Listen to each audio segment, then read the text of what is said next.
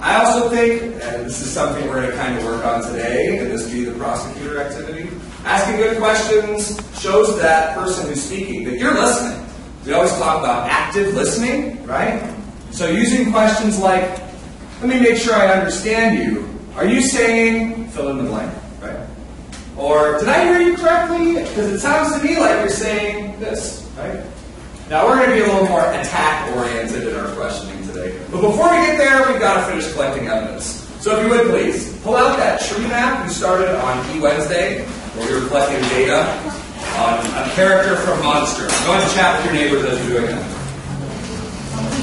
So here's your goal for today. And sorry to interrupt your conversation.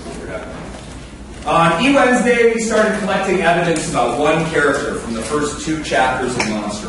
If you weren't here, the way we did that was using a document on Google Classroom that made it really easy, and I'll come show you how to do that today. So if you want to log into Classroom, that's a good start.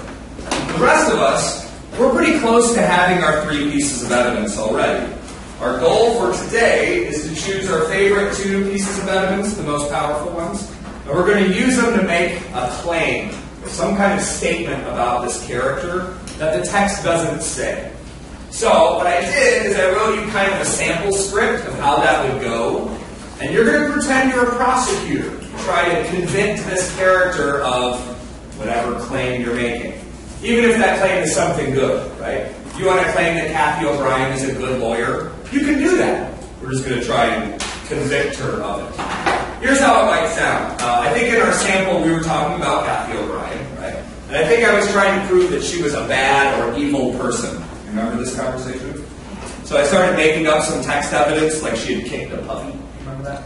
Okay. So I'm going to plug in my examples into this script. If I were you, I would just follow along on your page or right here so you can see how this sounds. Here's how it would work if I were the prosecutor. Today, I would claim that Kathy O'Brien from Monster is an evil human being. The first reason, now I need her name again, Kathy O'Brien, is an evil human being, is that we see the character kicking a small brown puppy. That's our first piece of text evidence. Secondly, we also see the character stab an old lady who asked her for a quarter. Something like that. Again, I'm making up the text evidence. These pieces of evidence clearly show that Kathy O'Brien is an evil human being. Thank you. Okay? That's the first kind of step of this being the prosecutor activity. Now you're going to be sitting with a partner who will play the defense attorney.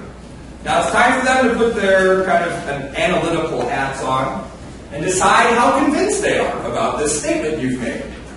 If they like your evidence and they think you've made perfect sense, they might give you a really high score here, like a 9 or a 10, meaning that they're really convinced.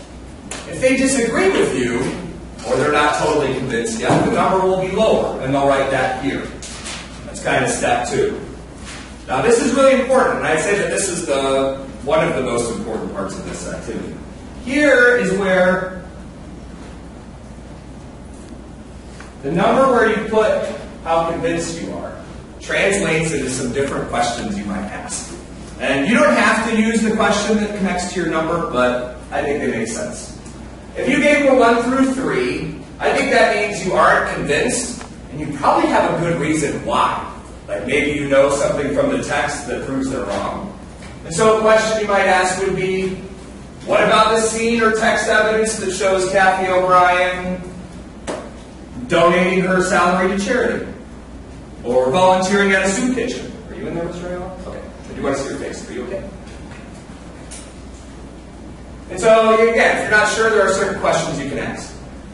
If you're a little more convinced, so like a 4 or a 5, and so you don't quite agree with them yet, but you don't have a good reason why, you're just not sure, you could say, I'm not really convinced yet.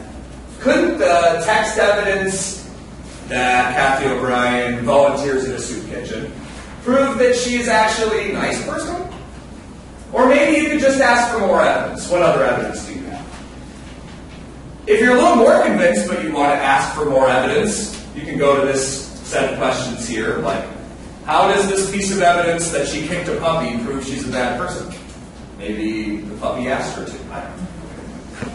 Possible. Or even just what other evidence do you have? And then for 9 and 10, that's when they've already kind of won you over. You can push them to do a little extra thinking. Remember when we build on and challenge other people's ideas? I know you remember those videos. So, my favorite question to ask in this situation would be, do you have any text evidence that might prove you're wrong? You could ask them to think about the opposite. I see you not. Yeah. Very nice. Impressive. So you choose a question based on how convinced you are. You ask the prosecutor that question. Please write it down so I know what you asked. And then lastly, the prosecutor will try to respond. And they'll tell me how well they did. Like, no, I was not able to answer the question. It was hard. That's why. Or yes, I was, because I had backup evidence. Right? Remember, you have 3 pieces of evidence at least on your tree map. So if they ask you, what other evidence do you have? You're ready. Just like a real lawyer would. At the end, the defense attorney will tell us how convinced they are now, after this question has been answered. And they'll tell us if they'd convict the character. So if you think Kathy O'Brien is a bad or evil human being, beyond a reasonable doubt, which we said was about 90%, right? So you have a 9 or a 10 here. Boom. Then all of a sudden, you've convicted her, and you can tell us what evidence convinced you.